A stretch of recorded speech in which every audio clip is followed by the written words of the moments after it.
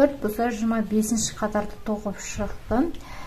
Енді мынау жағын тоқитын боламыз. Ол үшін бір ілмек тоқып аламыз.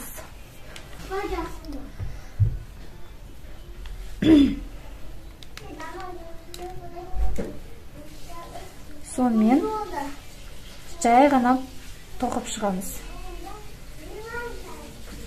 Мынау арқаның әрқайсынан екі-екеуден тоқып шығамыз.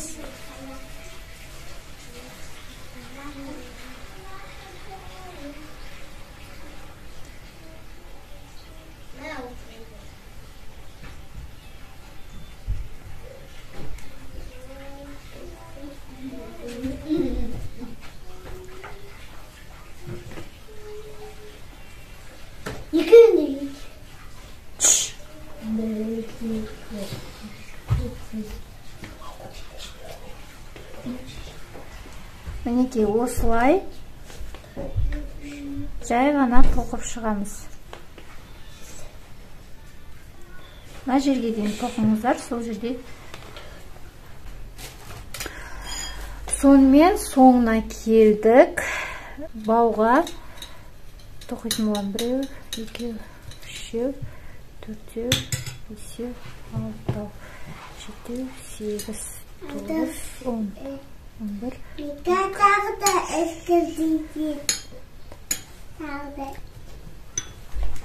Мен мына жерде бауына 45 ілмек тоқыдым. Енді бұлай жасайсыздар. Аударамыз. Мына жерде мынау екі ортада тұрған ілмекке соединительный, яғни соединительный ілмек тоқимыз. Қосып тоқ.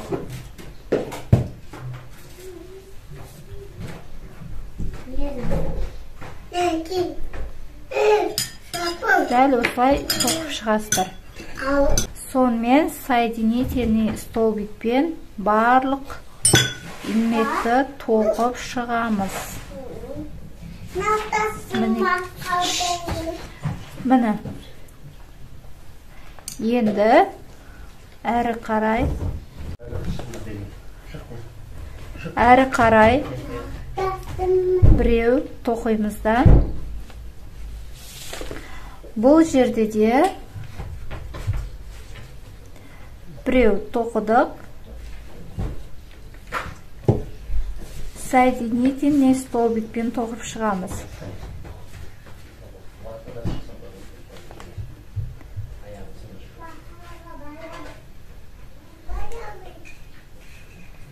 Біреу соединительный тоқимыз, сосын ілмек іліп аламыз да, қайтадан соединительный тоқимыз. Ілмек іліп аламыз, соединительный тоқимыз.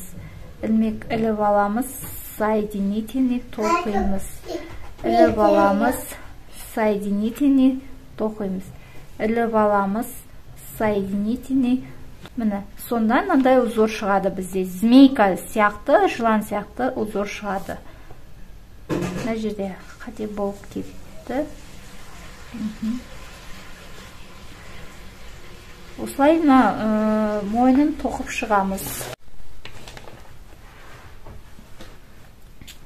Сонымен мойнын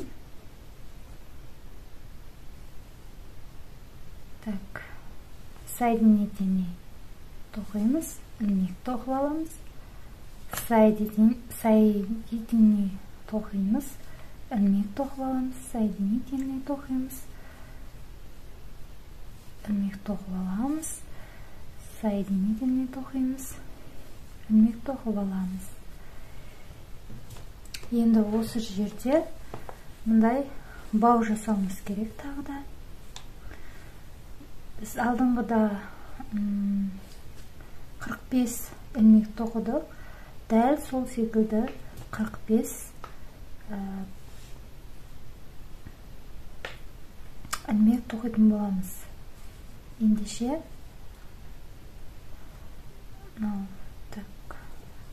ең соңғысын соединительныймен бітіріп ілмек тоқимыз. 1, 2, 3, 4, 5, 6, 7, 8, 9, 10, 11, 12, 13, 14, 15, 16. Өстіп 45 ілмек тоқып аламыз. Міне 45 ілмек тоқып алдық. Енді соединительный столбик тоқып шығамыз. Алдыңдағы бірінші бауды тоқылған секілді, екінші бауында дәл сол секілді тоқитын боламыз. Осылай. Бұл жерде сіздер тоқылған өрім жағынан емес, төңкеріп, артқы жағындағы мына ілмекке тоқимыз.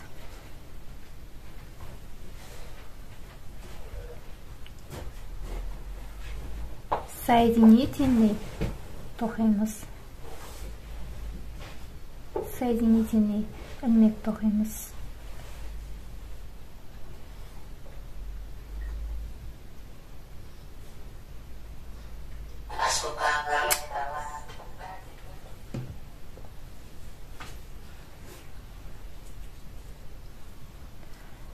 Осылай тоқып аламыз барлығын.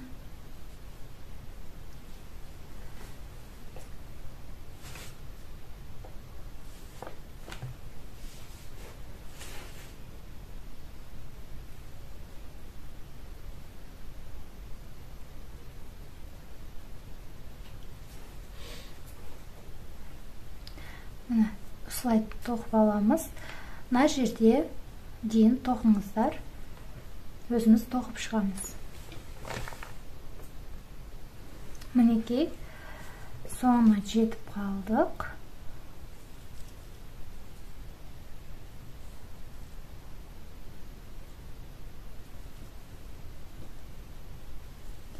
Енді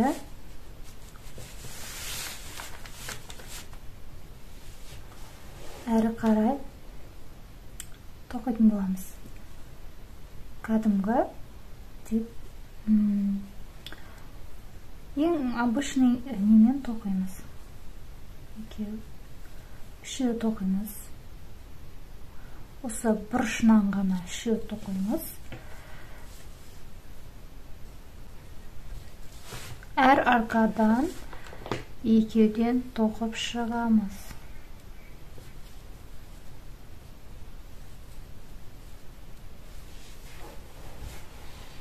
Без накида буде. Без накида тоқып шығамыз.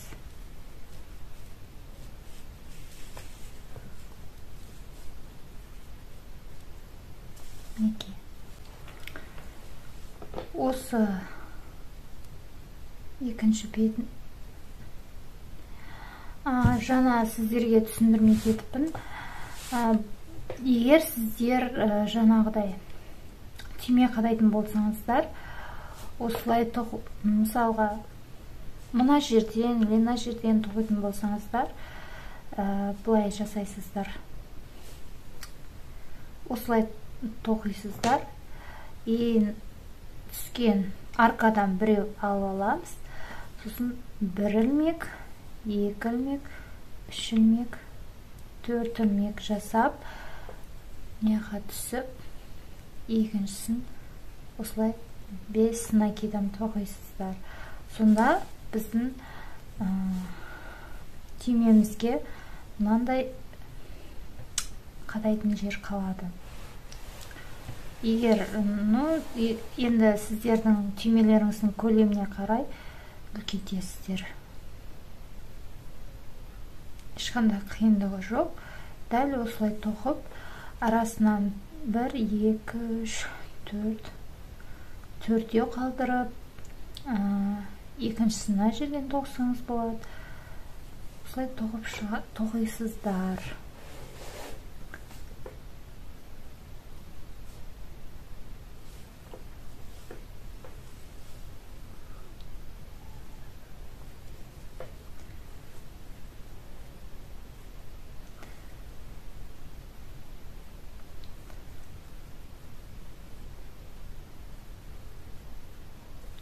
Осы қатардың барлығын мына жерге дейін тоғып шығамыз.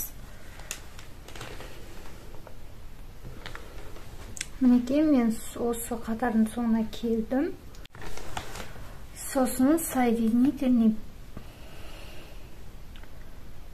ілмекпен тоғып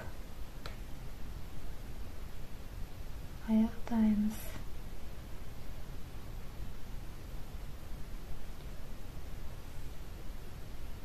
Мінекей, осылай аяқтайсыздар. Енді мына қалған жіпті жақсылап тұрып жасыру керек. Ол үшін мынандай инені аламыз. Осы негізі күртшокпен де тоғуға болады. Күртшокпен де жасыруға болады.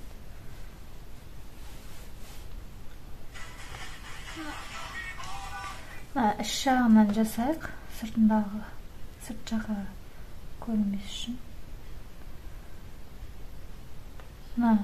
Ішкі жағындағы ілмектің екінші ісіне бұрап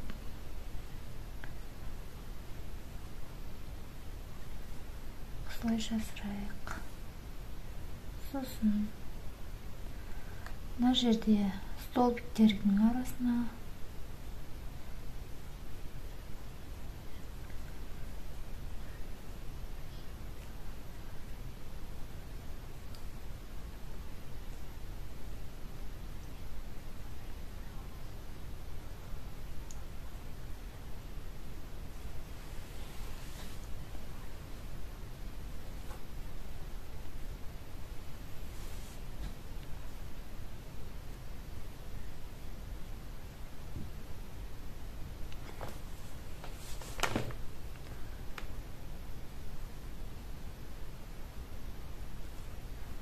осылай жасырасыздар.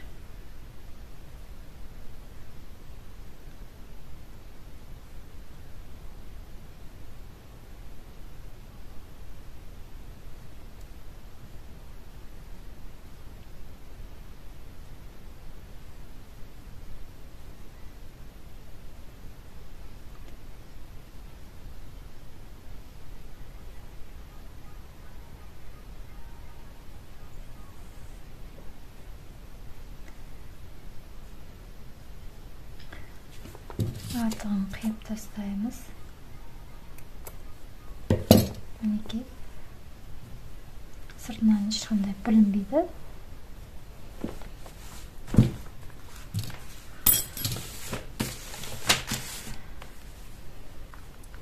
Мінекей, сонымен біздің бұл кардиганымыз бітті.